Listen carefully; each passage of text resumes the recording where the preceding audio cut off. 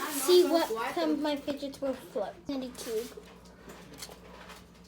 It floats in the floating pile. Let's see if a dimple floats. It does.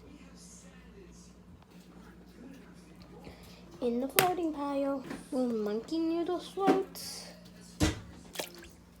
They do. Put them in the floating pile. Let's see if a balloony pet floats. That floats. I must be kind of surprised. Will a snapper float? They don't float. That's a no on the snapper. Does not float. Maybe a fidget cube can float. It can't float.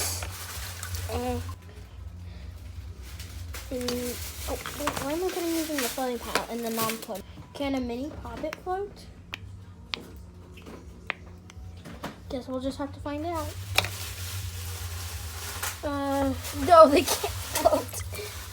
Get that out of there. Dimple fidget spinner floats. It floats. And the last fidget I need to do is a tangle. Will it float? No, it won't.